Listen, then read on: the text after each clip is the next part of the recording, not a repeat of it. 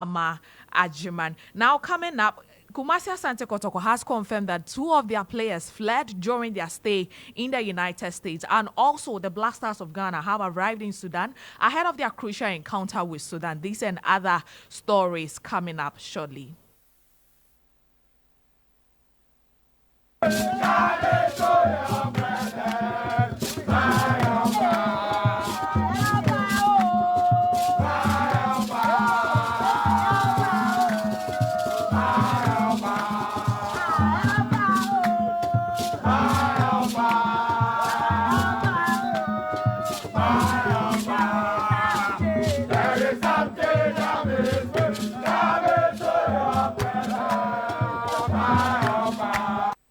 Now, Team Ghana claimed the second edition of the Capital City African Cup from coming from behind to beat DC United under 18s. The Ghana team sealed a 2-1 win to ensure back-to-back wins after Midiama SC's success last year. The Ghana Select side included 5 players from the first team of Kumasi Asante Kotoko, 2 players from Atram Divisa FC, in addition to other top Ghanaian players based in America. Let's hear from head coach of Kumasi Asante Kotoko, who led the Ghana Select side.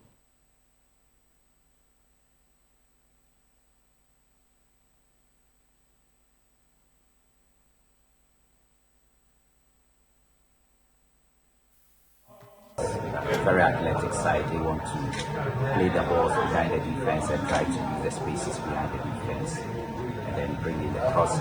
But then we also try to also slow the game down because we realized the athleticism was so much to the advantage. So whilst they were trying to speed up the game, we tried to also control and manage the game, and then try to play around them in the middle of the park and try to go to the side, bring it across and then score. So if you look at the 2 goals we scored, that was basically the style. We try to keep control of the ball in the middle of the park, tease them in, wait for the space on the side and bring the crossing for the connection.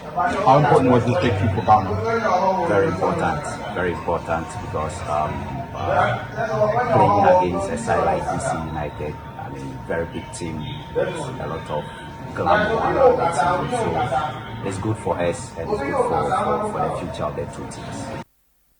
Meanwhile, the management of Kumasi Asante Kotoko has confirmed that 2 of its Sudanese players fled from the team's hotel in the United States. The club played in Washington, D.C. for a ceremonial match against Major League Soccer side DC United. They stated that the players left their hotel without permission. In a statement released by the club, Kumasi Asante Kotoko expressed its regret over the situation, confirming that law enforcement authorities in the USA have been officially notified and efforts are underway to locate the missing players. Now, match day sales of the Ghana Premier League produced some exciting results as Nations FC were held by BBN Gold Stars in a thrilling match at the Dr. Kwame Chase Sports Complex. Bechem United ended Mediama's unbeaten start to the season with a convincing 2-0 victory at the Nana Agyemang Park. Hearts of Oak beat Young Apostles 2-1. Speaking after the game, Hearts of Oak head coach Abubakar Ouattara lauded his players after the 2-1 win against Young Apostle.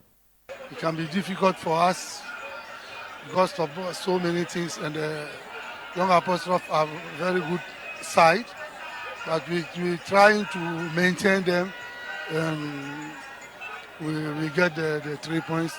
I think it's our second win. We can't jubilate too much. We are continuing to hard working to see what will happen in this league. But second win, we have 2 defeats, 2 wins, we have 2 draw.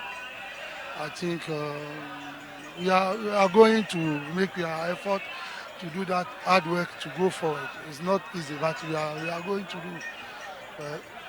Coach, your players, especially Sani Mohammed, 2 assists from him, very fantastic player. How important was he in this game for Hasselhoff? You are discovering him. But me, I see him 1, 2, 3 tips I take him.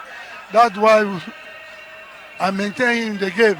It's very important for my dispositive. And our system is very important for us if we can control the ball, dribbling, giving the ball. I think he's a young boy. He's trying to understand the high-level game. But I think in the future he can deliver more than that. He get 2 assists, more than 2 assists, 2 assists and 1 bar. I think the next time he can do well if he get a recovery quickly because he has small injury. We are going to looking forward for him. But to be frank, he's a very nice player. Now, the Black Stars of Ghana have arrived in Libya ahead of facing Sudan in the 2025 African Cup of Nations qualifiers. Ghana plays Sudan on match day 4 of the qualifying series tomorrow, with Otuado's side looking to put themselves in a good position to be in Morocco next year.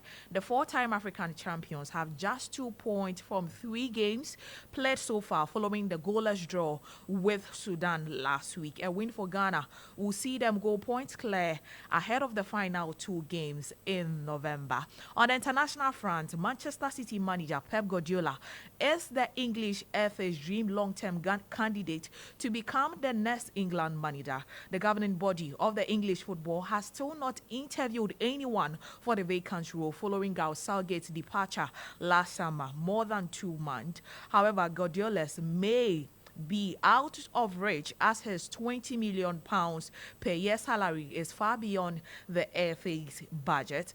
England recovered from the embarrassing UEFA Nations League loss to Greece at Wembley, but were still not totally convincing as they finally overcame Finland. Here is England interim manager Lee Casley reacting after the victory. Yeah, I think ultimately we've won the game, 3-1, scored 3 good goals. It was a shame that we couldn't keep a clean sheet. The fact that I'm still not, I don't know the players that well yet in terms of the way the team reacts to a defeat and a setback. So I was thrilled to the way that they responded.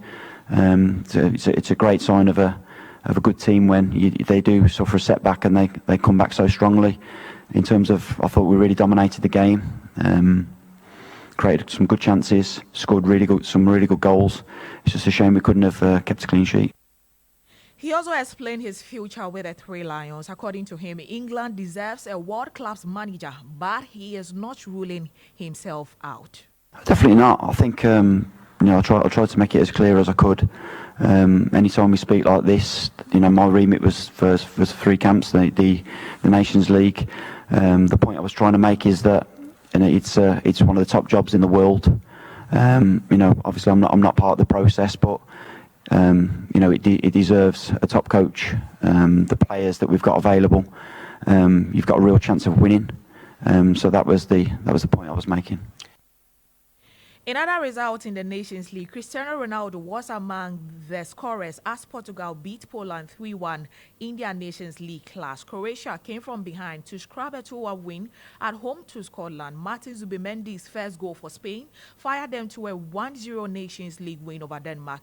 In other groups matches, Nico Elvedi scored an own goal and Alexander Mitrovic was also on target as Serbia beat Switzerland 2-0. Belarus stayed top of Group C3 after goalless draw with Northern Ireland, while other match between Bulgaria and Luxembourg also ended 0-0.